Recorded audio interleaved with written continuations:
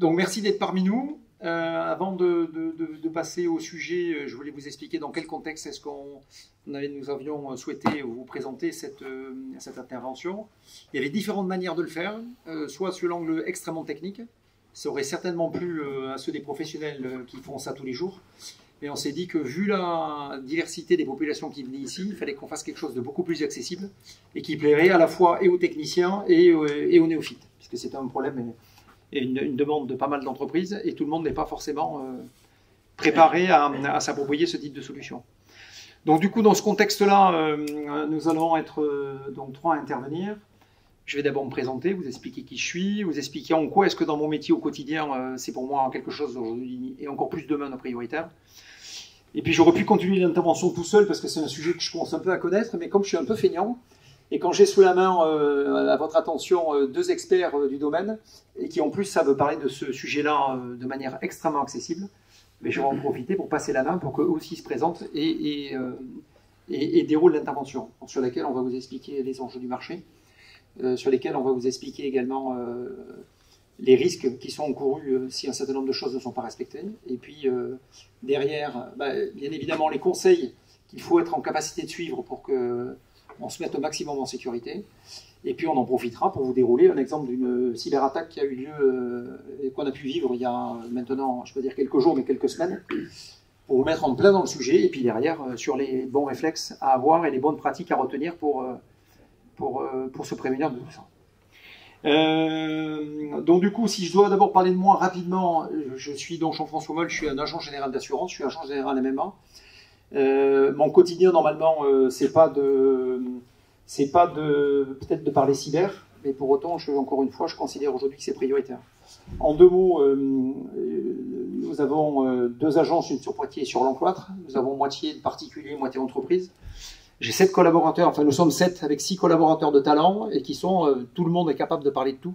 Par contre, je demande à chacun de mes collaborateurs d'être référent dans son domaine quand on veut travailler dans le monde des entreprises. C'est indispensable. Moi-même, dans mon métier seul, je ne peux pas tout maîtriser. Et avant, et je termine par ça, et je considère, et là-dessus on fait tous le même métier, et nous en particulier, je dis tout le temps que je fais un métier qui emmerde tout le monde, sauf les gens comme moi, et j'espère toute partie de mon équipe. Donc avant d'être assureur, on doit être accompagnateur et facilitateur, voilà, et pour faciliter le quotidien de nos clients et les libérer de ces contraintes-là. Et mon deuxième point que je voulais aborder, c'est que aujourd'hui, la question de la couverture cyber, contrairement peut-être à beaucoup de confrères, moi je considère aujourd'hui, et je leur dis les uns aux autres, quelle que soit la marque, ne pas en parler, c'est un défaut de conseil. On considère aujourd'hui dans le monde des assurances qu'on a aujourd'hui, encore plus demain, plus de risques qu'une entreprise capote suite à une attaque cyber que suite à un incendie. C'est pour vous donner un peu une idée aujourd'hui de l'urgence qu'il y a à se couvrir, et quand on sait qu'à peine 2% des entreprises sont couvertes en cyber, il y a urgence à prendre conscience du sujet, à prendre ses précautions, et derrière aussi à faire le nécessaire pour être couvert. Je déroule pas parce qu'on va y revenir tout à l'heure, mais les attaques cyber, c'est pas uniquement la problématique des grosses entreprises, surtout quand on sait qu'aujourd'hui, que dans 80% des cas, c'est un collaborateur, ça peut être le patron de l'entreprise, jusqu'à l'ensemble de son équipe qui clique sur un mail malveillant et qui ouvre la boîte de Pandore à l'attaquant. Donc déjà, une fois qu'on a ça en tête aujourd'hui, on peut se dire que toutes les entreprises, et malheureusement celles qui sont parfois de toute petite taille, sont susceptibles d'être touchées. La deuxième chose, et c'est à peu près la même chose, on entend parler des hôpitaux, etc., mais tout ça, c'est bien, ça fait de la pub. Mais un cyberattaquant, il n'y a pas une personne derrière chaque attaque, hein. Il chasse au chalut, c'est des attaques en masse. Donc voilà, donc encore une fois, toutes les entreprises sont susceptibles d'être touchées. Avant-dernier élément que je voudrais aborder, c'est qu'on me pose souvent la question, et je l'ai déjà entendu, certains qui sont présents m'ont déjà vu ou entendu prendre la parole lors d'une réunion qui a eu organisée par la CCI il y a quelques temps. La question se posait, le colonel de gendarmerie disait allez faire un tour et rapprochez-vous de votre assureur pour vous assurer si vous êtes bien couvert en cyber. Je le résumerai en disant que si votre entreprise n'a pas un contrat cyber spécifique, vous avez une certitude, c'est que vous n'êtes pas assuré. Et si vous avez dans un de vos contrats une ligne qui peut laisser penser ceci, votre agent général d'assurance va certainement prendre contact avec vous très vite pour faire signer un avenant, pour bien vous spécifier que vous n'êtes pas assuré, et si vous refusez, de résilier le contrat. Donc le deal est assez clair. Et la nécessité, quand on se trouve contre une attaque cyber, c'est d'avoir tout un an, on va le voir après. Si c'est qu'une couverture assurance, quand on voit que dans 80% des cas d'une attaque cyber, c'est un mail malveillant qui a été cliqué, ça veut dire le travail ensemble, il faut qu'on le fasse bien avant que l'attaque soit arrivée. Et une chose est évidente, aujourd'hui encore plus demain, si on veut bien fonctionner, c'est un travail d'équipe. C'est un travail d'équipe entre le client, son prestataire informatique, parce que tout le monde n'a pas forcément les moyens d'avoir une DSI en interne, voilà, et l'assureur cyber. Ce sont tous les trois qui travaillent ensemble et pas chacun de son côté. J'ai souvent tendance à comparer le travail à celui d'un patient qui a son médecin généraliste, c'est le prestataire. Eh bien, le médecin généraliste, il fait un boulot quotidien énorme, il connaît bien son client, sauf que le jour où son client subit une attaque cardiaque, c'est plus le boulot du médecin généraliste, c'est le boulot du cardiologue. Et le cardiologue, en l'état actuel des choses, c'est l'assureur cyber. Et les trois doivent travailler ensemble, et c'est la meilleure manière pour que quand il y a une problématique, d'abord on puisse l'éviter et la travailler en prévention, et qu'on puisse la traiter après, le jour où ça arrive. Et je termine par ça, je suis le théoricien du Kompaki. Et Kompaki, vous allez voir, vous allez vous en souvenir assez facilement. Quand on discute cyber, je reviens à ce que je disais tout à l'heure, on se dit souvent, ça m'arrivera pas. La problématique aujourd'hui, c'est que c'est pas qui va se faire taper, c'est quand on va se faire taper. Et aujourd'hui, toutes les entreprises vont subir une cyberattaque dans les jours, les semaines et les mois qui arrivent. Donc, encore une fois, c'est le quand et pas le qui. Voilà. Merci déjà pour ça. Et je passe la main aux spécialistes et je pense plutôt à Marine. Merci Jean-François. Donc, moi, je suis Marine Saint-Martori. Je suis responsable de développement courtage chez Stoic. Donc, je suis le lien entre nos courtiers et Stoic. Donc, Stoic, qui sommes-nous? Nous sommes à la base une boîte tech qui a développé son produit d'assurance à destination des TPE, PME et ETI. Aujourd'hui, Stoic, c'est 50 collaborateurs pour une grosse majorité donc, des développeurs et des ingénieurs en cyber, et l'autre moitié, donc des personnes venant de l'assurance de différentes compagnies. On a 3 porteurs de risques qui accompagnent Stoic. On a Swiss Re, qui est le plus gros réassureur mondial, Axeria et Tokyo Marine depuis peu. Donc, la menace cyber, comme l'a dit Jean-François, c'est aujourd'hui le risque numéro 1 pour les entreprises. Et on va revenir un petit peu sur la définition d'une cyberattaque. Qu'est-ce qu'une cyberattaque? C'est une intrusion malveillante, non autorisée, dans le système informatique d'une entreprise et qui vise généralement à nuire à l'entreprise. Et quel est l'objectif principal d'un attaquant? C'est extorquer de l'argent.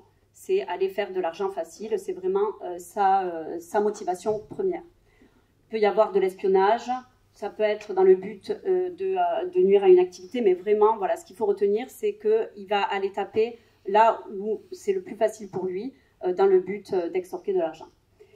Dans les scénarios d'intrusion les plus fréquentes, on en retrouve 2. Donc Jean-François en a parlé, mais aujourd'hui, 80% des attaques commencent par l'exploitation d'une vulnérabilité humaine. Donc c'est un collaborateur qui clique sur un mail de phishing, on en reçoit tous, que ce soit les mails d'Amélie, impôts.gouv. Et donc le collaborateur va cliquer dessus. S'il clique dessus et qu'il s'arrête là, à la limite, c'est pas très grave. Mais s'il soumet ses identifiants et ses mots de passe, c'est là où ça peut devenir compliqué. Donc c'est la porte ouverte à une attaque. Et ensuite, le deuxième scénario, c'est l'exploitation d'une vulnérabilité technique. Donc c'est un logiciel qui n'est pas mis à jour, un Wi-Fi non sécurisé. Voilà, c'est vraiment les 2 principales portes d'entrée pour les attaquants. Donc vous l'aurez compris, une entreprise, dès qu'elle a un salarié, ben forcément, c'est un salarié et plus, ben ça multiplie d'autant plus les risques d'attaque cyber. De mon côté, Antoine Vallée, Stoic aussi, expert cybersécurité. J'ai 2 casquettes dans ma vie au sein de Stoic et avant. Une casquette audit, c'est-à-dire que mon but, c'est un peu comme les hackers finalement, auditer les entreprises, du côté des gentils exactement, se faire payer pour attaquer les entreprises et leur expliquer comment on est rentré, comment on a compromis leur entreprise, comment on aurait pu la détruire. Et deuxième casquette, une casquette sur la partie réponse à incident. Pour le coup, il y a une vraie attaque. Je viens aider les entreprises quand elles se sont fait attaquer, donc ici nos clients assurés, pour faire toute l'analyse, comprendre comment l'attaquant est rentré, ce qu'il a fait dans le système, et ensuite l'enlever de façon sereine pour que quand on reconstruit le système d'information, on soit sûr que l'attaquant ne soit plus là, ou en tout cas qu'il ne reprenne pas la même porte d'entrée, ce serait dommage, s'il revient une semaine après qu'on ait tout reconstruit. Donc voilà un petit peu mon travail. Aujourd'hui, mon but, ça va être de vous expliquer un petit peu qu'est-ce que c'est qu'une cyberattaque, redéfinir un petit peu, Marine l'a expliqué. Moi, je vais vous présenter des scénarios assez simples pour vous expliquer comment rentre un attaquant, comment il devient administrateur, comment est-ce qu'ensuite il va supprimer vos sauvegardes. Et on enchaînera aussi sur un scénario qui nous est arrivé il y a un mois, assez catastrophique d'une attaque cyber qui pourra vous mettre un petit peu en lumière à quoi on sert déjà, côté réponse à incident au sein d'une assurance, à quoi sert une assurance cyber, et surtout que ça touche tout le monde. C'était une PME d'environ une cinquantaine d'employés. Donc voilà, je vous présenterai ça juste après. Pour une cyberattaque, pour bien comprendre, Marine et Jean-François l'ont dit tout à l'heure, un attaquant, il ne va pas chercher à faire une cyberattaque ciblée. En tout cas, pas les attaquants dont on entend le plus souvent parler. La plupart des attaquants, ils sont comme nous, ils aiment bien l'argent facile, ils ne veulent pas trop s'embêter, ils sont feignants. Du coup, ils essayent de faire intelligent. Ils vont aller cibler, on va dire, un petit peu l'entreprise la plus faible qu'ils vont trouver. C'est-à-dire qu'ils vont scanner massivement sur Internet. Ils vont se dire, tiens, cette entreprise, il y a quelque chose qui n'est pas à jour, un composant, ça fait 10 ans qu'ils ont oublié de le mettre à jour. Je peux rentrer par là facilement, je rentre, et ensuite je déroule mon attaque. Ça, c'est vraiment le point de base. Et ensuite, on va avoir, en dehors des vulnérabilités, comme l'a présenté Marine, aussi tout ce qui est attaque phishing et vol de mots de passe. Donc pour ça, le but, ça va être d'aller dans les bases de données fuitées. On a tous un jour fait une inscription sur un site qui malheureusement a une fuite de données quelques années après. Et ce site stockait nos mots de passe de façon pas forcément très sécurisée. Donc les mots de passe se retrouvent fuités sur Internet. Les attaquants, ils s'en servent tout le temps. On a des mots de passe parfois qui datent de 2010, 2012, 2013, qui ne sont pas changés par les utilisateurs, qui utilisent les mêmes en milieu professionnel. Donc le mot de passe qui a fuité sur Badoo il y a 10 ans, on le retrouve encore malheureusement utilisé dans le monde professionnel pour se connecter sur le réseau de l'entreprise. Et c'est du pain béni pour les attaquants. Donc les attaquants, comme je l'ai précisé, qu'est-ce qu'ils préfèrent? Ils préfèrent faire du phishing en premier. C'est très simple. Ça marche très bien, ça continue de très bien marcher. On continue de cliquer, de soumettre nos identifiants quand on reçoit un mail de phishing. Malheureusement, si on envoie 2000 mails de phishing, je suis certain que je vais obtenir au moins 5 ou 6 identifiants. Il m'en faut juste un, ça suffit. On trouve encore parfois des mots de passe faibles, voilà, des mots de passe à 5, 6, 7 caractères qui sont juste des mots pour se connecter à distance sur l'entreprise, on en trouve encore. Et puis on a des bases de données publiques, comme je le disais. Qu'est-ce qu'ils aiment bien aussi? C'est trouver des vulnérabilités et des défauts de configuration sur les serveurs de votre entreprise. C'est-à-dire que votre entreprise va avoir une empreinte sur Internet, elle va avoir des serveurs de connexion à distance pour que vous puissiez vous connecter sur ces réseaux, elle va avoir des sites web avec des bases de données clients potentiellement, tout ça qui peuvent être, au fur et à mesure des mois ou des années, non mis à jour, mal maintenus, ce qui fait que ça laisse une porte d'entrée pour les attaquants qui vont trouver des vulnérabilités dessus, ou qui vont juste utiliser des vulnérabilités connues que l'éditeur a lui-même publiées en expliquant, voilà, il faut mettre à jour, sinon vous vous exposez à tel risque. Malheureusement, on ne fait pas souvent les mises à jour et les entreprises ne le font pas assez souvent, ce qui amène à des entrées, encore une fois, plutôt simples. Une fois qu'on a cet accès initial, donc je suis un attaquant, j'ai réussi à rentrer sur le système, voilà, j'ai utilisé le mot de passe Badoo d'une employée d'il y a 10 ans, je suis content, et j'arrive au sein du système d'information. Qu'est-ce que va être mon objectif? Mon objectif, il va être multiple. Déjà, ça va être de me propager au sein du système d'information, essayer de récupérer d'autres comptes, essayer de trouver des mots de passe techniques, voilà, dans les scripts de configuration, dans tout ce qui est installation par les infogérants ou par vos informaticiens. Parfois, il y a des erreurs qui sont faites, hein, on est tous faillibles, et on va faire des erreurs, on va mettre des mots de passe dans des fichiers alors qu'on ne devrait pas. Pour les attaquants, c'est encore une fois du pain béni, ils vont aller trouver tout ça, ils vont scanner massivement le système d'information, et aussi, ils vont chercher des potentiels serveurs, encore une fois, qui ne sont pas à jour. Exactement comme sur Internet. En interne, c'est souvent encore pire parce qu'on se dit, ils sont en interne. C'est pas grave si mon serveur, ça fait 10 ans que je ne l'ai pas mis à jour, puisque l'attaquant, il est sur Internet, il n'est pas chez moi. Mauvaise idée. Une fois que l'attaquant est rentré, il va utiliser ce serveur qui n'a pas été mis à jour depuis 10 ans pour pouvoir aller prendre encore plus de droits et potentiellement des droits d'administrateur. Le but principal pour un attaquant, c'est d'avoir tous les accès sur votre système d'information, donc d'obtenir souvent ce qu'on appelle un compte administrateur du domaine, voilà, sans rentrer trop dans la technique. Et une fois qu'on a ces comptes-là, on a un accès partout, à tous les serveurs, on a accès à tous les utilisateurs, à tous les fichiers. Et donc, on peut facilement faire fuiter des données. On peut les exfiltrer, on peut faire des modifications dans les applicatifs. Si vous avez, je sais pas, si vous êtes une société de comptabilité, je peux aller massivement modifier des RIB. Vous allez faire potentiellement la prochaine journée plein de virements. Vous allez vous en rendre compte 2 ou 3 jours après qu'ils sont partis vers des RIB frauduleux, mais ce sera déjà trop tard. C'est sport à la mode au fond, non ? Très très à la mode la modification de RIB, parce que malheureusement des fonds qui sont virés vers une entreprise ou vers une banque, même en France parfois, une fois que les 24 heures sont passées, c'est très compliqué de récupérer les fonds. Ils sont déjà partis assez loin à l'étranger. Et enfin, on a l'attaque qu'on connaît tous, l'attaque par ransomware, où on détruit finalement, on chiffre l'ensemble des fichiers et des serveurs. Tout est inaccessible et puis on demande 100 000, 500 000, 1 million, 10 millions d'euros pour pouvoir envoyer le déchiffrement et pouvoir faire repartir l'activité de l'entreprise. Donc ça, c'est catastrophique. C'est vraiment le pire scénario pour nous en tant qu'assureurs, forcément, pour les entreprises aussi, puisque ça veut très souvent dire aussi que l'entreprise, si elle n'avait pas des sauvegardes robustes et des sauvegardes qu'elle peut récupérer et qui n'ont pas été détruites, va mettre la clé sous la porte. Si on perd 20 ans d'archives, tous ses clients, toutes ses factures, tous ses reçus, toutes ses données, toute sa recherche et développement, parfois ses plans de construction, ses plans industriels, on ne s'en remet juste pas. Alors aujourd'hui, la question à se poser, c'est quelles seraient les conséquences d'une attaque cyber sur mon entreprise et en quoi est-ce que cette attaque affecterait la vie de mon entreprise. Et on peut aborder ces questions sous deux enjeux. Le premier enjeu, c'est l'enjeu de disponibilité. L'enjeu de disponibilité, c'est quelles seraient effectivement les conséquences si demain, vous n'avez plus accès à vos outils informatiques. Donc là, je vous laisse tous vous poser la question et vous verrez que la réponse est assez vite trouvée. Et quels sont aussi les outils que j'utilise au quotidien. La boîte mail, le CRM, l'outil de comptabilité, enfin, voilà, on se rend compte très vite que si ces outils ne fonctionnent plus, si on n'y a plus accès, clairement, il est très difficile de travailler. Soit on est à l'arrêt complet, ou soit on est vraiment en mode dégradé, et opérationnellement, c'est compliqué. Et ensuite, on a un deuxième enjeu, c'est l'enjeu de confidentialité. Alors, certaines entreprises seront plus touchées par un enjeu ou par l'autre. Certaines seront touchées par les deux enjeux. L'enjeu de confidentialité, c'est déjà quelles données possédez-vous dans votre entreprise. Alors, ça peut être des données de salariés, des données sur des clients, sur des fournisseurs, des informations, si vous faites de la recherche et développement, il y a peut-être des choses qui sont confidentielles. Voilà, déjà, essayez de se dire quelles données je répertorie au sein de mon entreprise et quelles seraient les conséquences d'une publication de ces données.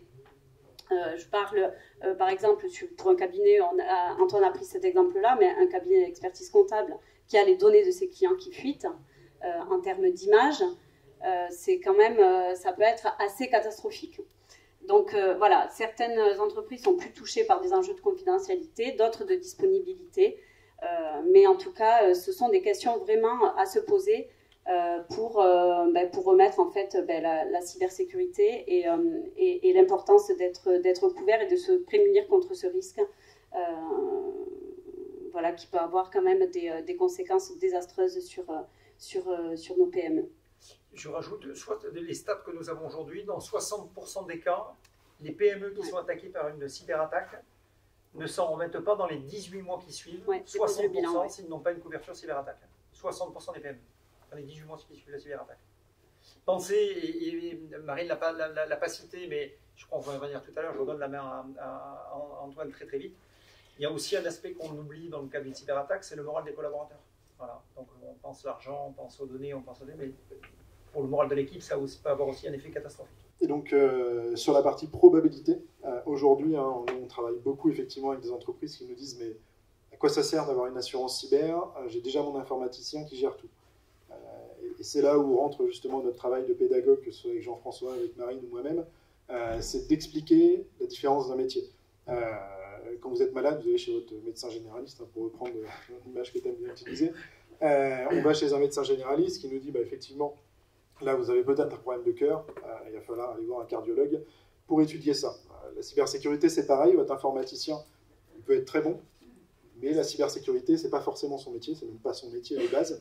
Il va avoir les bases, bien sûr, parce que sinon, il y a des bases qui sont communes à tous en informatique, les antivirus, Voilà, utiliser des mots de passe robustes. Ça, en principe, ils ont tous ces bases-là, et malheureusement encore pas toujours, on le verra sur le cas d'après. Et l'informaticien, lui, ne sera pas votre accompagnateur principal si demain vous avez un incident cyber. Ce sera votre accompagnateur principal pour reconstruire votre système d'information s'il a été détruit, parce que c'est lui qui le connaît le mieux. Par contre, sur la partie cyber, c'est pas son rôle, c'est pas lui qui va comprendre comment l'attaquant est rentré, c'est pas lui qui va être en mesure d'enlever l'attaquant du système d'information, et c'est pas lui qui va être en mesure de faire les investigations pour comprendre tout ce que l'attaquant a pu faire sur le système. C'est là où notre présence est très importante, et c'est là où il faut comprendre qu'un informaticien, il va vous installer des choses, il va mettre en place des composants, des outils, mais ça ne rend pas ça infaillible. C'est-à-dire que, encore une fois, les outils ne sont pas forcément mis à jour. Parfois, l'informaticien, il n'a aussi pas la connaissance sur le fait que certains outils peuvent être vulnérables et ont des problèmes. Et ensuite, l'informaticien, il n'est pas garant de la sensibilisation de vos utilisateurs. Si demain, il y a un mail de phishing qui arrive, qu'un utilisateur met un mot de passe et qu'il le donne à l'attaquant, l'informaticien, il aura beau avoir construit un système d'information qui était très bien fait, il n'y est pour rien si l'attaquant arrive à rentrer grâce à ce mot de passe-là. Deuxième point qu'on me dit souvent, c'est « mais moi, je n'ai pas vraiment d'informatique, tout est dans le cloud ». Donc là, je leur dis, dans le cloud, ok, vous avez 3-4 serveurs peut-être qui ont des données, vous avez vos applications métiers, du coup, c'est ça votre informatique. On me dit, oui, mais c'est pas chez moi. D'accord, mais c'est la même chose, en fait. L'attaquant, qu'il arrive chez vous à distance ou dans le cloud, là où vous avez vos serveurs, c'est la même chose. Donc, aucune différence, finalement, quand on est dans le cloud. Et en plus, ça peut apporter des vulnérabilités encore plus nombreuses, puisque dans le cloud, on voit très souvent des gens qui, malheureusement, le paramètrent mal, mettent des choses accessibles à tout le monde sur Internet sans faire exprès, là où avant, quand c'était dans un tiroir au fond d'un bureau et que le serveur était bien gardé, personne n'allait y accéder depuis Internet. Au moment de passer dans le cloud, on met toutes les données du serveur dans le cloud et on oublie de verrouiller les accès, et donc n'importe qui peut y accéder. Bref, le cloud n'est clairement pas une solution à la cybersécurité, c'est une solution d'optimisation, de simplification de plein de choses sur la partie informatique, mais côté cyber, ce n'est pas du tout une solution aujourd'hui, et comme le prestataire informatique, ça n'a rien à voir avec un sinistre cyber. Alors, un point intéressant, c'est, on a aussi beaucoup qui me demandent, c'est très bien d'avoir une assurance cyber, mais qu'est-ce que je fais demain si je suis attaqué? Et à chaque fois, on leur dit, appelez-nous. En fait, il y a un numéro d'astreinte, un numéro d'urgence qui est là pour ça, parce que tout ce qu'on entend régulièrement, c'est j'éteins tous mes serveurs, j'éteins tous mes postes de travail si je vois qu'il y a un problème, j'arrête toutes mes usines pour être sûr que l'attaque ne se répand pas. Dans certains contextes, c'est une bonne solution, c'est une bonne chose. Dans d'autres, c'est une mauvaise solution. Je vous donne un exemple. Il y a 3 mois, c'était cet été, on avait une entreprise qui commençait à être attaquée, c'est-à-dire qu'ils ont retrouvé plusieurs serveurs qui avaient un virus. En fait, c'était leur antivirus qui avait remonté le point. Ils ont tout éteint. Et en éteignant tout, ils nous ont coupé d'informations précieuses pour nous, d'un point de vue analyse, si vous voulez, sécurité, qu'on aurait pu retrouver dans la mémoire des ordinateurs. On va se servir en fait de la mémoire vive des ordinateurs quand ils sont encore allumés pour pouvoir comprendre ce qui s'est passé. En éteignant tous les ordinateurs, on perd tout ça, et du coup, on perd des éléments cruciaux pour l'investigation. Bien sûr, il y a des moments où tout éteindre les postes, c'est intéressant. Si vous voyez que vous avez effectivement votre poste de travail qui est devenu indisponible, que le poste de votre voisin, 2 minutes après, pareil, tous les fichiers sont indisponibles. Le 3e poste, pareil, là vous pouvez vous dire, bon, je vais éteindre tous ceux qui sont encore survivants à l'attaque pour éviter que ça continue de se propager. Mais encore une fois, c'est des contextes différents, c'est des attaques différentes, et c'est là où c'est vraiment intéressant de vite appeler une assurance, exactement comme quand vous avez un accident de voiture. Un des premiers réflexes va être d'appeler l'assurance pour avoir un remorquage, pour avoir un accompagnement. Côté cyber, c'est la même chose. Quand vous appelez votre assurance cyber et votre courtier, au niveau de Stoic, vous tombez directement sur un expert cybersécurité, vous tombez sur moi ou sur mon équipe, et on est là pour vous assister dès la première minute. Donc on va avoir quelqu'un qui va être dispatché à distance pour vous aider et vous donner les premières informations, les premières mesures d'urgence. Et ensuite, nous, on va avoir une équipe qui va se déplacer au besoin, parce que si toute l'entreprise est détruite, il faut forcément se déplacer pour pouvoir vous aider. Et donc l'équipe va prendre la voiture, le train, l'avion, pour venir vous assister pendant qu'on a une autre partie de l'équipe qui commence à vous aider à distance. Donc en fait, l'approche stoïque, c'est une approche, comme on aime l'appeler, une approche à 360. en fait, qui va permettre, dans un premier temps, on a souvent entendu parler, on s'est souvent posé la question, est-ce que le risque cyber est assurable? Le parti pris de Stoic est de dire oui, il est assurable, mais il est assurable pas n'importe comment. Il est assurable si on fait de la prévention. Et donc, c'est chez Stoic, en plus d'une assurance cyber, on met à la disposition de nos assurés des outils de prévention qui sont au nombre de 4, je ne vais pas les détailler ici, mais qui vont permettre de monitorer le risque de façon continue. Il va y avoir une veille et si on découvre des vulnérabilités, on en informe l'assuré pour qu'il corrige ces vulnérabilités, qu'il referme la porte d'un attaquant. On a aussi une simulation de phishing, puisque comme on l'a dit, 80% des attaques commencent par l'exploitation d'une vulnérabilité humaine. Il est très important de former les collaborateurs de façon régulière pour justement éviter qu'ils se fassent prendre au piège le jour où il y a une vraie campagne de phishing. Donc ça, c'est le premier pilier de notre approche, de notre offre. Le deuxième pilier, c'est la gestion des sinistres. La réponse à incident, dont fait partie Antoine. Donc on a une équipe de réponse à incident chez Stoic, composée de 10 ingénieurs, qui est joignable 7 jours sur 7, 24 heures sur 24. Ils font les 3-8. Voilà, ils font les 3-8. Effectivement, ils font les 3-8. On est les seuls aujourd'hui en Europe à internaliser cette réponse à incident, quand d'autres assureurs font appel à des cabinets qui mettent beaucoup plus de temps à monter sur le sinistre. Là, vous avez une suspicion d'attaque, vous appelez, soit l'attaque, soit c'est une fausse alerte et vous continuez, vous avez l'esprit tranquille et vous pouvez repartir à vos occupations. Et si l'attaque est avérée, nos experts montent directement sur le sinistre et commencent leur investigation. Et ensuite, donc, des garanties claires, comme un contrat d'assurance classique, je dirais, qui va venir principalement, je ne détaillerai pas les garanties, mais venir indemniser la perte d'exploitation, donc la perte de chiffre d'affaires que vous pourriez subir en cas d'interruption ou d'inaccessibilité à votre système informatique. Et en cas de fuite de données, mais voilà, c'est principalement la perte d'exploitation. Donc on remet vraiment l'accent sur notre CERT Stoic parce que c'est vraiment aujourd'hui ce qui fait notre force. Donc nos 10 experts, une réactivité 24/7, sans limite et sans franchise. On va préférer que vous appeliez nos experts 10 fois si vous avez une suspicion d'attaque. Mais en tout cas, le jour où l'attaque est avérée, ils montent directement sur le sinistre. Et vous avez quelqu'un au bout du fil en moins de 3 minutes. C'est vraiment un engagement qu'on prend pour vous aider le plus rapidement possible. L'objectif étant de vous refaire partir et de faire repartir votre entreprise le plus rapidement possible. Et ensuite, voilà, la reprise d'activité où effectivement on remet, nos experts remettent en état le système d'information en général à moins de 12 heures pour qu'il y ait le moins de pertes possible. Je rajoute juste, parce que ça vient en transparence du discours, mais je préfère rajouter la phrase parce que je sais qu'il y a des prestataires informatiques. Ce qu'on ne précise pas, parce que les diapos, on est limité, mais très souvent la réussite de ce travail-là, et je le disais en avant, le travail des experts, c'est aussi main dans la main avec votre prestataire informatique, Tout à fait. Votre système ou votre DSI, si vous avez les moyens d'avoir une direction informatique. Mais souvent, ça se fait main dans la main avec le prestataire informatique. C'est un travail d'équipe, effectivement. C'est vraiment un travail d'équipe, c'est vraiment entre les trois. Chacun son métier, comme je disais tout à l'heure. Nous, on a besoin des prestataires informatiques parce qu'on gagne beaucoup de temps en réponse à incidents grâce à eux, à comprendre le système, à réinstaller des choses. Et nous, on peut vraiment se concentrer sur la partie investigation forensique, un petit peu comme la police va faire des analyses, nous on va aussi faire des analyses. Et on peut se concentrer là-dessus plutôt que se concentrer à réinstaller un par un tous les postes, tous les serveurs. Donc les prestataires informatiques nous aident beaucoup là-dessus et sont d'une aide précieuse. 3 choses à retenir. Marine, je te laisse terminer là-dessus. Oui, donc Jean-François en a parlé, mais aujourd'hui, effectivement, on voit une augmentation vraiment importante des cyberattaques qui, pour la plupart, visent des TPE-PME. Pourquoi? C'est les plus vulnérables. Aujourd'hui, c'est elles qui elles n'ont pas les moyens humains ou financiers de s'équiper ou d'être accompagnées. Donc, c'est vraiment les principales victimes des attaques cyber. Et ce que disait Jean-François, qui est tout à fait vrai, aujourd'hui, ce qu'on remarque, c'est qu'on a 60% des entreprises qui font faillite 18 mois après une cyberattaque. C'est vraiment énorme, c'est des chiffres qui sont assez choquants et qui sont pourtant vraiment la réalité aujourd'hui en France. Voilà, donc la facilité, donc un attaquant, voilà comment il va rentrer dans le système informatique, c'est via un mail de phishing, ça c'est vraiment la première porte d'entrée pour un attaquant. ou un mot de passe faible.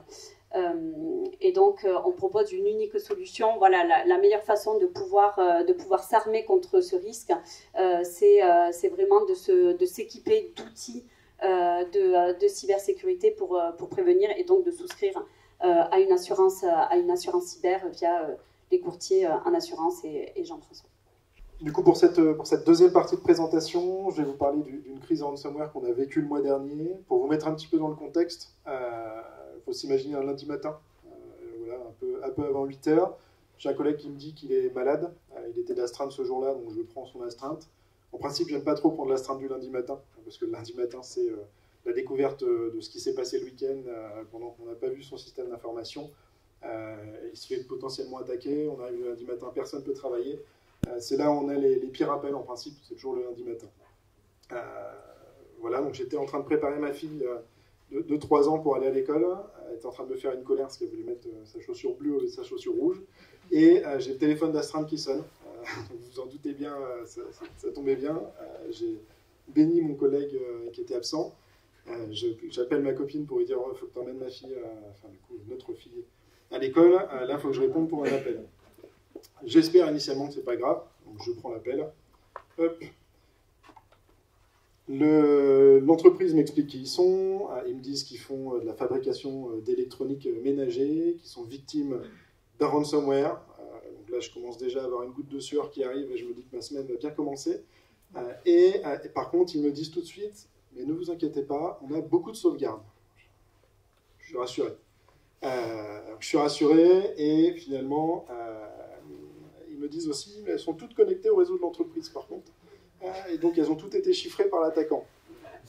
Donc là, voilà, vous imaginez un peu, dans les émotions, ça monte et ça descend.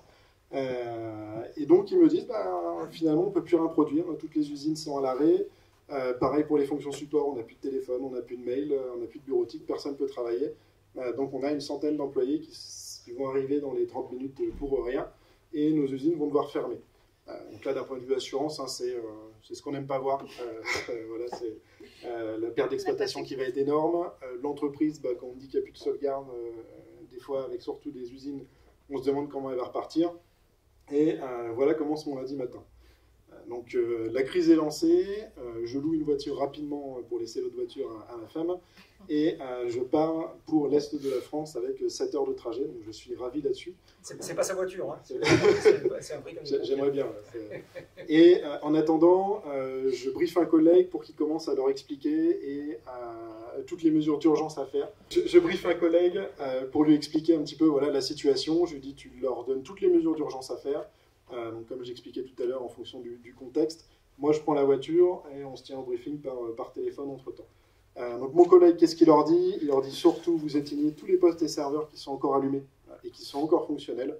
Il n'en restait plus beaucoup. Donc on a pu sauver, je pense, 5 ou 6 postes de travail sur 200. Voilà, c'est pas très intéressant. Vous coupez tous les accès réseau, c'est-à-dire que notre but, dans ce cas-là, ça va être d'isoler complètement l'entreprise d'Internet pour que l'attaquant arrête ses actions. S'il était encore sur le réseau, malheureusement, il était sûrement déjà reparti depuis samedi. Et enfin, tu vois avec eux, s'ils n'ont pas d'autres sauvegardes quelque part, voilà, un employé qui aurait fait une sauvegarde dans un coin, un prestataire qui fait des sauvegardes, pour qu'on puisse les retrouver. Et surtout, tu vois avec eux aussi si on peut commencer à sauvegarder des journaux de sécurité. Chaque système va avoir des journaux. Pour nous, c'est primordial pour investiguer. Et malheureusement, en cas d'attaque ransomware, très souvent, les journaux sont aussi détruits. Donc on perd une grosse capacité d'investigation. C'est pour ça que c'est important de vite vérifier leur état. Donc moi, j'arrive vers midi avec comme situation les sauvegardes qui sont supprimées. On m'informe aussi que le prestataire informatique ne répond pas au téléphone depuis 4 heures. Et l'attaquant a commencé à appeler l'entreprise sur un standard qui était encore fonctionnel. Et en même temps, ils avaient laissé aussi une note de rançon sur les ordinateurs, bien sûr. Mais il appelait l'entreprise, alors bien sûr en anglais, ils n'ont pas encore internationalisé avec des succursales en France, mais ça viendra peut-être, pour essayer de les menacer et leur dire que s'ils ne payent pas la rançon d'ici 48 heures, le prix va augmenter de 200 000 € tous les jours. On est content. Donc pour les sauvegardes locales supprimées, bonne nouvelle, ils nous disent, pas de panique, on a une externalisation des sauvegardes chez notre prestataire. Prestataire qui ne répondait pas, mais on s'est dit, bon, on a quand même potentiellement une porte de sortie pour cette crise. Le prestataire finit par nous répondre et il nous dit on est occupé, mais sur un autre incident, on reviendra vers vous dans l'après-midi. Et l'attaquant nous demande 1 million. Pour une entreprise qui doit faire un chiffre d'affaires peut-être de 5 ou 6 millions, vous imaginez que c'est quand même conséquent. Ils n'ont pas cet argent-là en banque. Et surtout, le prix va augmenter tous les jours de 200 000 €, comme je vous le disais. Sinon, en plus de rendre votre système inaccessible, on va publier toutes vos données, donc tous vos plans de recherche et développement des usines, etc. Ce sera sorti, tous les salaires de vos employés aussi, toutes les notes RH que vous avez fait de vos employés aussi. Bref, c'était sympa. Malheureusement, tiens, j'ai un truc qui a disparu. Les sauvegardes locales et les sauvegardes sur le prestataire ont aussi été supprimées. C'est-à-dire que le prestataire nous dit ah ben non, il n'y a plus aucune sauvegarde chez nous quand il nous répond enfin. Elles ont été supprimées. On lui dit ah bon, je fais ah ben oui, nous on fait des sauvegardes, mais c'est des sauvegardes qui sont connectées au réseau aussi. Donc l'attaquant a pu les supprimer sans aucun problème. Il nous dit aussi qu'il n'est pas disponible avant demain. Donc on va devoir faire sans lui pendant 24 heures, ce qui est quand même assez conséquent dans une crise pareille. Bien sûr, notre client n'avait pas contractualisé de SLA avec lui, c'est-à-dire de temps de réponse en cas d'incident si jamais il y avait un problème. Et ensuite, l'attaquant, on commence à négocier avec lui, c'est-à-dire que pour éviter qu'il augmente le prix trop vite, parce qu'on sait que c'est des attaques qui vont durer longtemps, on commence à lui dire ok, pas de souci, on va payer, on attend à chaque fois quelques heures, et puis on fait un peu les gens bêtes, c'est-à-dire qu'on lui dit bah, je connais pas trop le Bitcoin, est-ce que vous pouvez m'expliquer ce que c'est, est-ce que vous pouvez m'expliquer comment je m'inscris sur la plateforme. Quand je m'inscris sur la plateforme, j'essaie de lui expliquer que j'y arrive pas, qu'ils n'acceptent pas mon identité. Bref, on gagne pas mal de temps avec ça et c'est assez précieux. Alors, quelle solution à 16h, quand on a fini de parler avec tout le monde et qu'on a commencé à comprendre que c'était un peu la cata, quand on se retrouve avec des sauvegardes externalisées qui ont été détruites, des sauvegardes locales qui ont été détruites, et que le président de l'entreprise et ses partenaires commencent à nous demander des comptes, et ben malheureusement, on a un peu les mains liées. Alors, quelle solution? Il y a aujourd'hui des sociétés spécialisées en récupération de données supprimées en France. Ça coûte cher. C'est pas infaillible, c'est-à-dire que malheureusement il y a un taux de réussite qui est quand même assez bas pour récupérer l'ensemble des données, mais c'est une solution qui peut marcher. Deuxième solution, la chasse au trésor. Voilà. On a des employés qui, parfois, font des sauvegardes assez massives de données et qui les gardent sur leur ordinateur, voire même chez eux, qui les ramènent des fois sur des disques durs ou autres. Et ben mine de rien, dans ce cas-là, on a retrouvé une sauvegarde de 2021, une vieille base de données comptable, qui avait été fait par l'équipe comptable et qui avait été ramené chez la personne. Donc elle nous a dit bah, attendez, moi je prends ma voiture, j'ai un disque, j'avais fait cette sauvegarde. Alors le président n'était pas très content de savoir qu'il y avait une sauvegarde des données de contact qui traînaient dans une maison, mais en même temps il était content d'avoir déjà des informations. Et préparer les lettres recommandées, mais il a c'est un peu ça. Et ensuite, troisième solution, payer la rançon. Payer la rançon, d'un point de vue cybersécurité, on n'est pas fan. Vous comprenez bien, hein, payer la rançon, c'est exactement comme quand on va kidnapper quelqu'un dans des zones à risque ou des zones de guerre.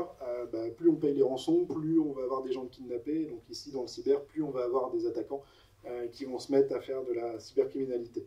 Le gouvernement français a autorisé le paiement des rançons par les assurances il y a quelques mois. Donc c'est quelque chose maintenant qu'on peut faire légalement en tant qu'assurance et on le couvre. Mais on le fait en cas de dernier recours.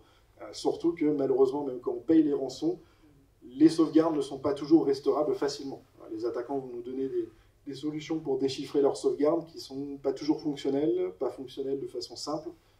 Donc c'est souvent un projet à part entière et beaucoup de temps aussi. Je range juste une phrase, et quand on autorise à payer les rançons, il y a des règles très formelles à respecter, notamment avec les forces de police, ce qu'elle est avec eux, parce qu'on peut toujours être soupçonné, si ce n'est pas fait dans le cadre légal, je reviens à la case départ, de financer le terrorisme ou d'avoir dissimulé de l'argent, etc. Donc il y a vraiment en plus un cadre extrêmement formel pour arriver à faire ça. Donc on ne peut pas ça tout seul dans son coin. Une étude allemande a montré que la plupart des entreprises qui payaient la rançon se faisaient rattaquer. Dans la foulée, puisque si on paie la rançon, on perd le chemin, donc on ne peut pas remonter. Et donc voilà, donc c'est vraiment quand on arrive là, c'est qu'on n'a plus d'autre solution. Et puis souvent le paiement de la rançon indique qu'on avait une maturité cyber initiale qui ne devait pas être très forte s'il n'y avait pas de sauvegarde, etc. Et donc malheureusement après la rançon, parfois ça ne sert pas de leçon. En principe ça sert de leçon, il y a un gros budget cyber qui est débloqué. Parfois c'est pas le cas et donc on reste au même état.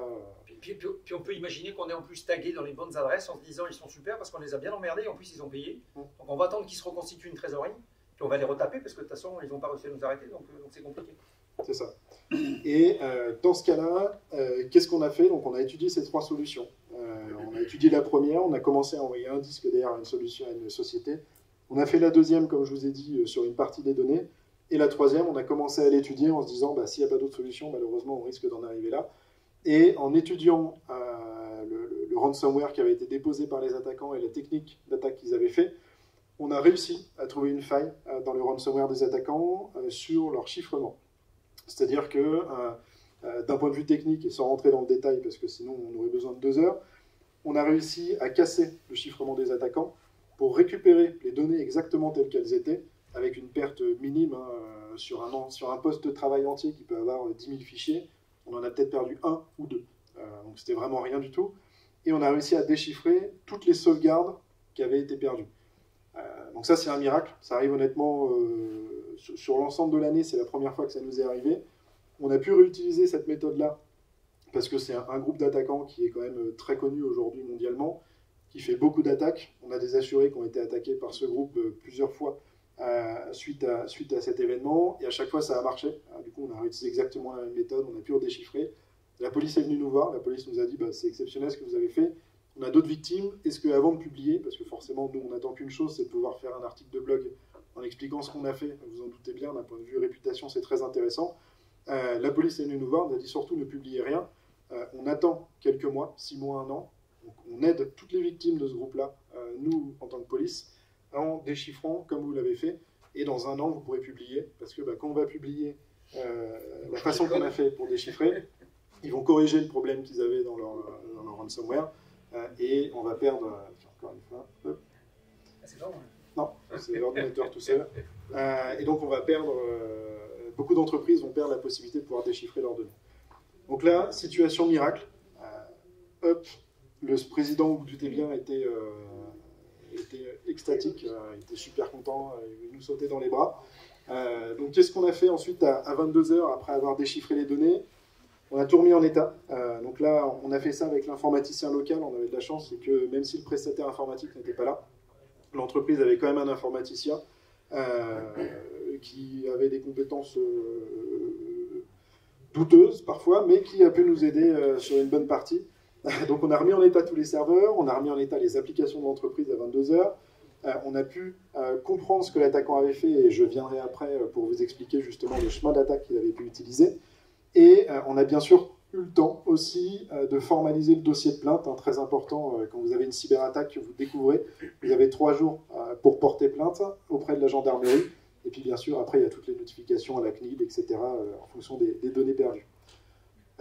Donc là, le deuxième point pour nous, à 22 heures, c'était aussi, comme je vous l'ai dit, de comprendre comment l'attaquant était rentré, analyser les différents chemins qu'il a pu utiliser pour avoir les accès, pour tout supprimer et chiffrer les données, et surtout s'assurer que l'attaquant n'avait pas laissé d'autres portes d'entrée, parce qu'il rentre par une porte, il se doute qu'on va trouver la porte par laquelle il est rentré, et donc pour lui, son but, ça va être de se créer 5, 6, 7, 8, 9, 10 autres portes, pour que on puisse avoir, il puisse avoir plusieurs points d'entrée pour rentrer, si jamais on arrive à enfermer. Parce que, si vous voulez, dans la sécurité, c'est un petit peu comme quand des gens trouvent des vulnérabilités sur des logiciels, des chercheurs en sécurité, ils vont la publier, ils vont expliquer comment ils ont fait, pour que l'éditeur, bien sûr, ils contactent l'éditeur avant, ils vont lui dire, voilà, j'ai trouvé cette vulnérabilité, j'attends que tu la corriges, et ensuite je publie l'article de recherche pour justement mettre en avant leur réputation, leur nom, ce qu'ils ont fait, leur travail aussi, parce que c'est long, et surtout pour faire avancer la recherche sur le sujet. Nous, l'article, il est intéressant à publier pour 2 choses. Bien sûr, pour une raison personnelle, de mise en avant de notre travail, ce qu'on a pu faire, et une deuxième chose, pour faire avancer la compréhension de tous les ransomware et les méthodes de chiffrement utilisées par les attaquants, et comment est-ce qu'on peut les contrer. Parce que notre méthode, elle a marché ici, l'attaquant pourrait la corriger, il va avoir des moyens de la corriger, mais c'est, si vous voulez, il n'y a pas de correction simple. Il va pouvoir augmenter un petit peu le niveau de sécurité qu'il a mis sur son chiffrement, mais nous, avec du temps, on arrivera toujours à le casser à un certain moment. Sauf s'il change complètement de méthode, etc. Mais du coup, ça fait avancer un petit peu le niveau de compétence de tout le monde, d'un point de vue sécurité, d'avoir ce type de publication, même si, en attendant, on essaie de les partager le plus possible en interne à d'autres équipes de réponse à incidents. Donc en résumé, pour vous expliquer un petit peu ce qui s'est passé donc sur les investigations qu'on a pu faire et comprendre comment l'attaquant était rentré, l'attaquant il s'est introduit sur le système d'information grâce à une connexion à distance sur le VPN, c'est-à-dire vraiment le point d'entrée quand on est chez nous. On se connecte sur notre ordinateur, on va lancer un petit logiciel, on va mettre notre login mot de passe pour arriver dans le réseau de l'entreprise. Il y avait un mot de passe qui était trivial, 5 caractères, un mot très simple, associé à tous les utilisateurs de connexion à distance. C'est-à-dire que dans l'entreprise, il y avait une cinquantaine d'utilisateurs qui pouvaient se connecter à distance. Les 50 avaient le même mot de passe trivial. L'informaticien s'était dit c'est trop compliqué, à chaque fois ils me demandent de réinitialiser les mots de passe, etc. Donc je leur donne tous le même, au moins ça sera plus simple. Donc là vous voyez déjà l'idée entre l'informaticien qui a son métier, nous qui avons le nôtre. Parfois certains sont plus dangereux que d'autres. Et donc l'attaquant, grâce à ça, il a mis quelques minutes à trouver le mot de passe, je pense, voire quelques secondes. Il a réussi à accéder à l'ensemble des ressources internes de la victime. Et son but, ça a été de trouver un mot de passe administrateur cette fois. Et il a eu beaucoup de chance. Le mot de passe de l'informaticien, qu'est-ce que c'était? En fait, c'était le même qu'il avait mis à tous les mots de passe de connexion à distance. Donc l'attaquant, ça lui a pris... C'est la vraie vie. C'est malheureusement très régulier. L'attaquant, ça a dû lui prendre 20 secondes top chrono pour devenir administrateur de l'ensemble du système d'information. Et donc de là, il a extrait tous les secrets de l'entreprise, il a exporté toutes les données et surtout, il a commencé à comprendre les outils de sauvegarde utilisés et à les détruire. Donc il a supprimé toutes les sauvegardes et ensuite il a lancé son programme pour chiffrer l'ensemble des données et les rendre inaccessibles aux utilisateurs. Donc à 2 h du matin, une fois qu'on avait tout compris, qu'on avait tout remis en place, qu'est-ce qu'on a fait? Et déjà, on a commencé par modifier l'ensemble des mots de passe de tous les utilisateurs. Ça a été la première chose qu'on a fait, puisque l'attaquant, une fois qu'il est administrateur, il peut exporter les secrets de l'entreprise, dont les mots de passe.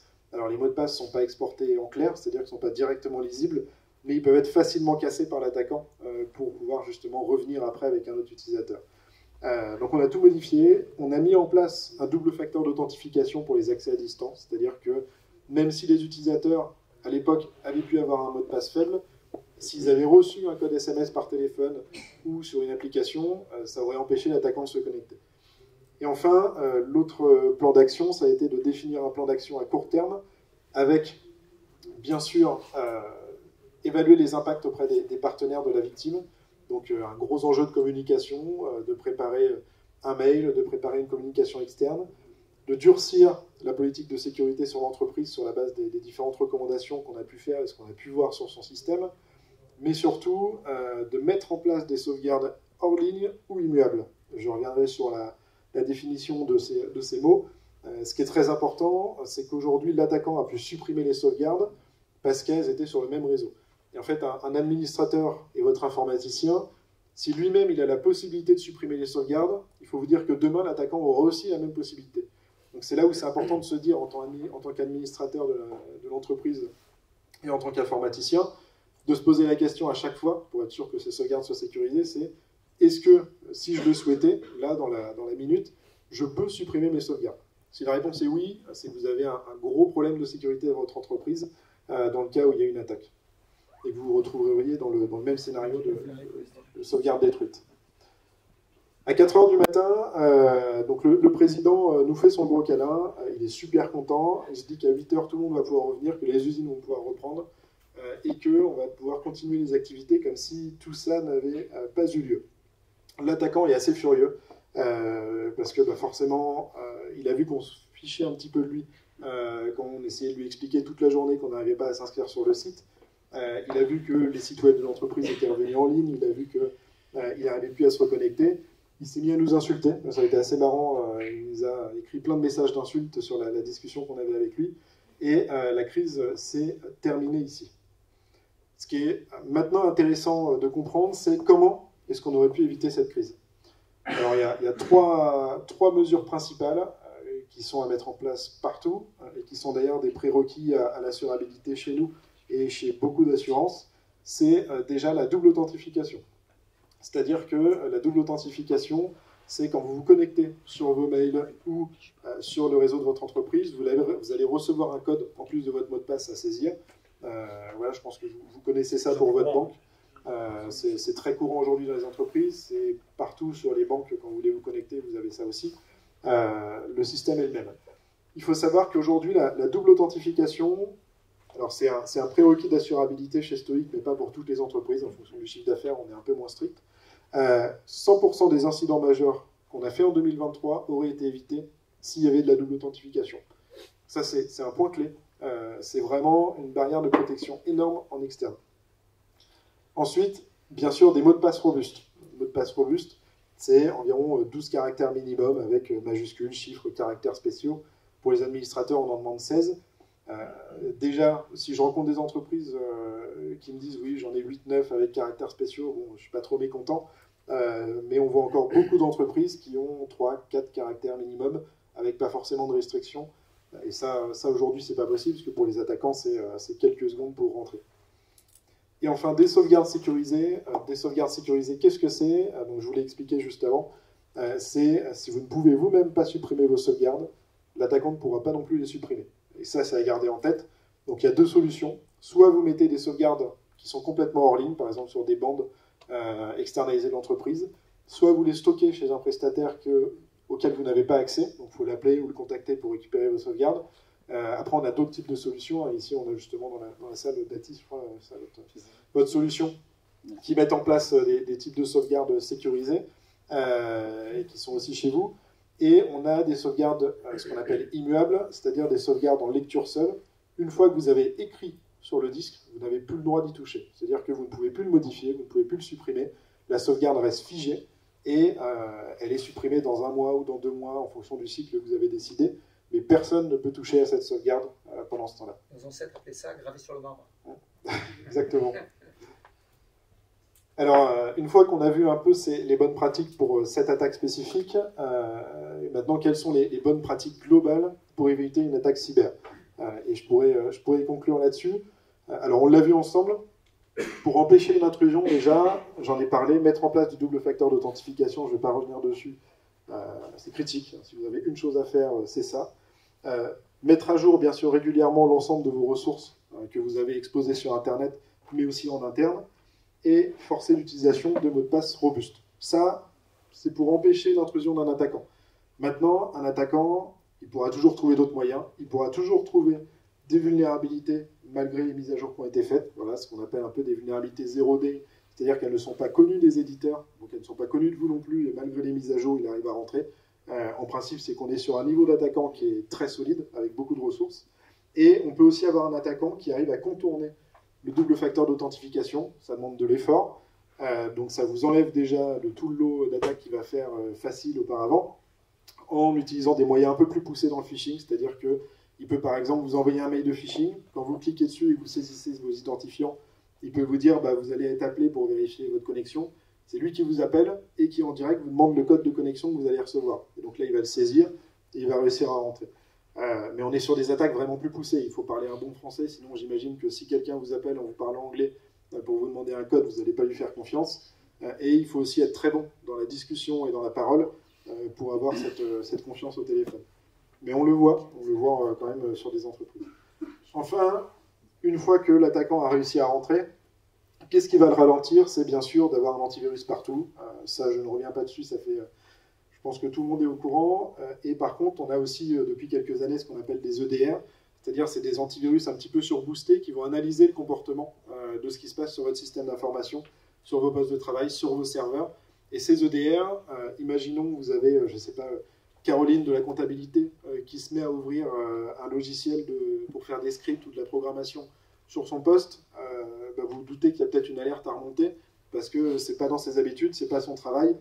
Ça va être le but de l'EDR, de remonter cette alerte-là et de dire attention, là, il y a un comportement qui est inhabituel sur votre système d'information.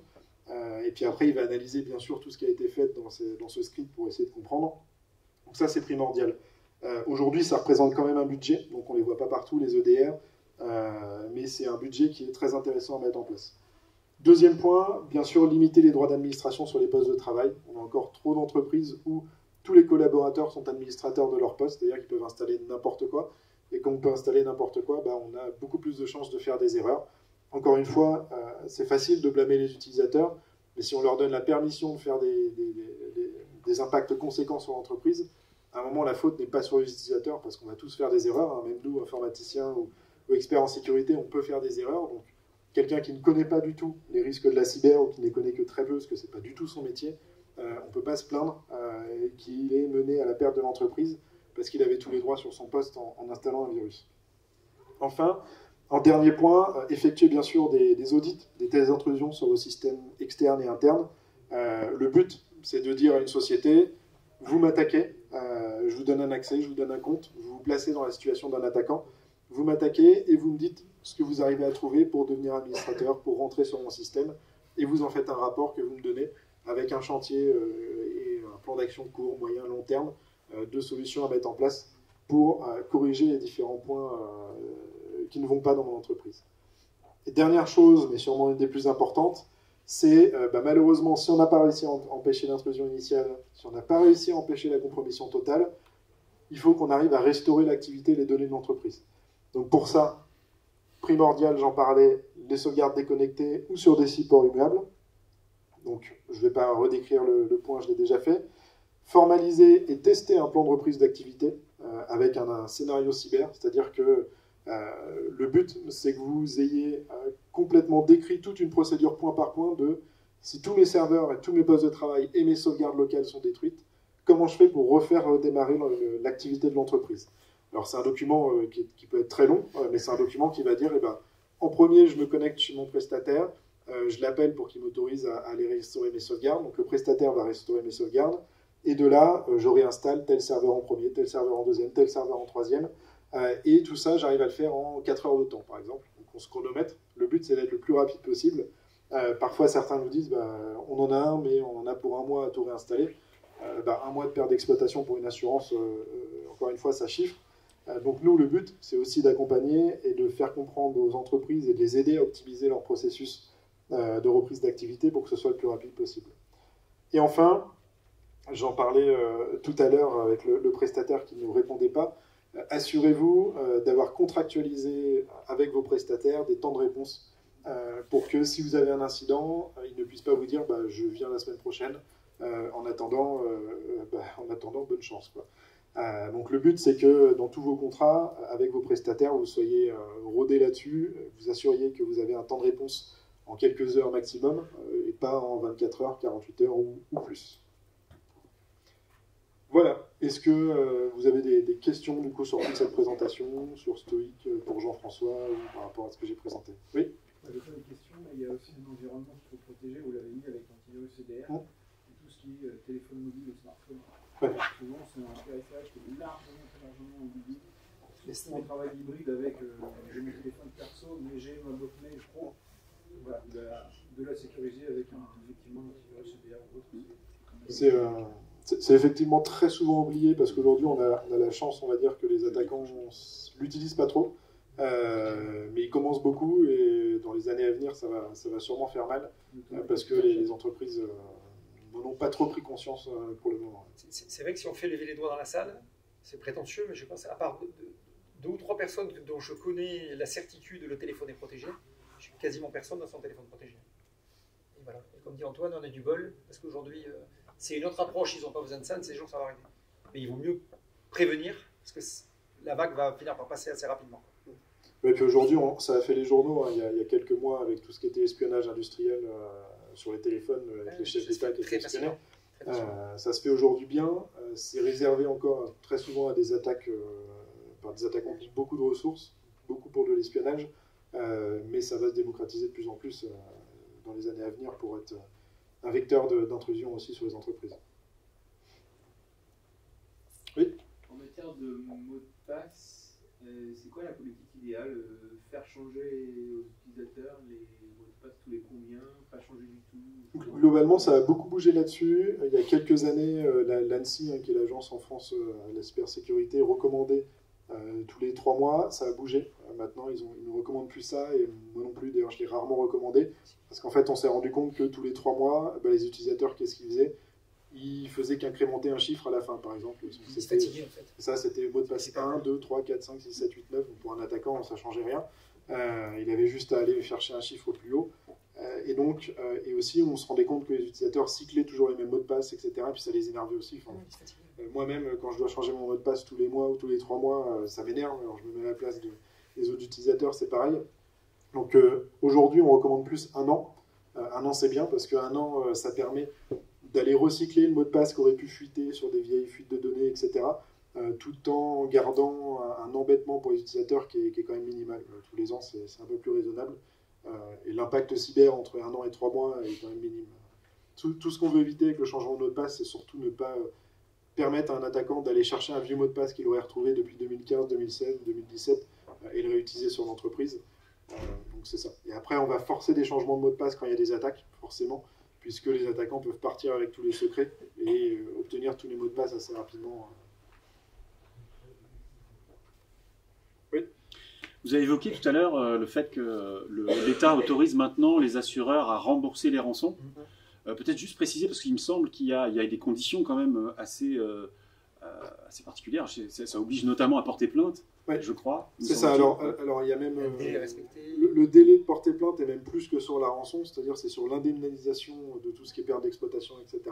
Si vous ne portez pas plainte sous 3 jours, l'assurance n'a le droit de ne pas vous indemniser. Donc ça, c'est encore pire, parce que ce n'est pas que la rançon.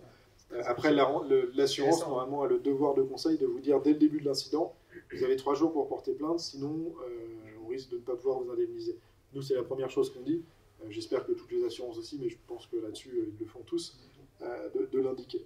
Et après, sur le paiement de la rançon, je ne connais pas les prérequis légaux exactement associés. S'il y en a, ça c'est un peu en dehors de mon périmètre. Moi, je m'occupe vraiment de la partie sécurité. Mais globalement, ils l'ont autorisé contre l'avis de l'ANSSI. L'ANSSI était vraiment contre cette autorisation. Côté cybersécurité, on était tous contre aussi. Mais voilà, on fait avec. Je crois qu'il y avait une autre question. Je prends juste l'autre avant. Oui, donc je suis banquier, donc simplement je vais donner un petit appuyer sur ce que vous avez dit et puis donner un petit peu de point de vue des banques. En fait, comme l'a dit madame, c'est toujours une histoire sans gros du système, enfin nous exposer au cœur du système. Un point dont vous en avez parlé, c'est la formation. Nous, déjà en interne, en dehors des systèmes qu'on a, de data center doublé, de différentes choses, des plans de continuité d'activité, etc. On est aussi formé parce que ça peut faire des gros dégâts chez nous. Pour vous donner un exemple, on a régulièrement des faux messages de phishing pour tester. Et si quelqu'un se fait prendre plusieurs fois, il y a quelques soucis à se faire, des sanctions, même ça peut aller jusqu'au bout. Donc on est impliqué à fond là-dedans. On fait donc premier point. Deuxième point, je pense qu'on a un rôle également de conseil, sur lequel vous avez effectivement un petit peu parlé, que ce soit pour aider à mettre des outils en place sur le plan bancaire, hein, voilà, donc comme des clés de certification de signature numérique, des choses comme ça. Il ne faut pas aussi que les clients hésitent, et certains, aujourd'hui, une certaine vigilance, nous interroger quand ils reçoivent des messages qui sont censés provenir de leur banque. Parce que souvent, en fait, ils nous interrogent et la plupart du temps, c'est des faux messages. Et troisième point, vous en avez parlé un petit peu aussi, c'est la première fois que j'en entends parler, c'est bien que vous l'ayez fait, c'est l'arnaque au faux RIB. C'est pas très sophistiqué, puisqu'en fin de compte, il suffit de récolter quelques. Alors c'est toujours. C'est le sport du moment, hein. Oui, voilà. Il y a une mode des arnaques au président, ça s'est un peu passé de mode, entre guillemets, parce que tout le monde se méfie maintenant. On a trouvé à peu près les parades, et puis tout le monde est vigilant là-dessus. Par contre, l'arnaque au faux RIB, c'est assez simple, c'est pas très sophistiqué, il suffit de créer une boîte mail qui ressemble à celle d'une entreprise, même parfois une telle d'aller trouver le nom de quelques fournisseurs et d'envoyer un mail. Et là, ça marche très très bien. Ça marche très bien. On en détecte heureusement beaucoup. Et finalement, de plus en plus, on est sollicité pour authentifier des RIB. Il y a par exemple un laboratoire de cosmétiques local que je ne citerai pas, qui est bien connu, il y a quelques années, a envoyé à tous ses fournisseurs un mail pour demander une demande d'authentification des RIB par les banques. Donc là, on a fait ça en chaîne, et puis aujourd'hui, pour nous, ce n'est pas un problème d'authentifier un RIB, on nous le demande de plus en plus souvent, donc tout ça, tout à fait normal. Ça arrive toutes les semaines, hein. Les changements de RIB, nous on a des appels toutes les semaines de faux mails de RIB. Ça va très vite, ça fait des gros montants. Et quand en fait, vous en apercevez le problème, c'est que généralement, c'est 3 mois après que vous trop tard. Vous appelez pour vous dire j'ai parti tous mes comptes, vous apercevez que c'est pas parti au bon endroit. Je vous explique pas si c'est parti en Chine ou ailleurs, je vous explique pas ce qui se passe pour récupérer les fonds, c'est pas la peine. Vous avez une question? Si un bout de après que c'est parti en France ou même en Europe, on a encore des fonds de récupérer, c'est bien. Ça peut être couvert. Ça peut être couvert. Ah ouais. Dernière question, après je crois qu'il faut qu'on laisse la salle. Question très générale, à l'heure des IA, comment vous voyez l'évolution de la sécurité entre les IA qui vont générer du code pour attaquer et les IA qui vont générer du code qui va s'auto-exécuter avec des failles de sécurité parce que le code n'était pas prévu pour être fiable? C'est très compliqué, il y a beaucoup de monde qui cherche là-dessus et qui travaille là-dessus. Aujourd'hui, l'IA, pour nous, c'est un outil formidable pour nous aider à gagner du temps.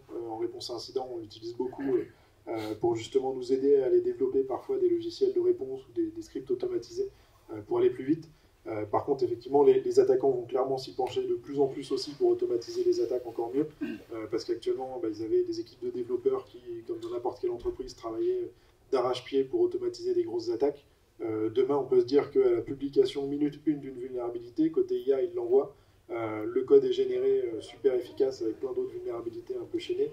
Et on fait des attaques encore pires que ce qu'on a pu voir en 2017 avec tout ce qui était WannaCry, etc.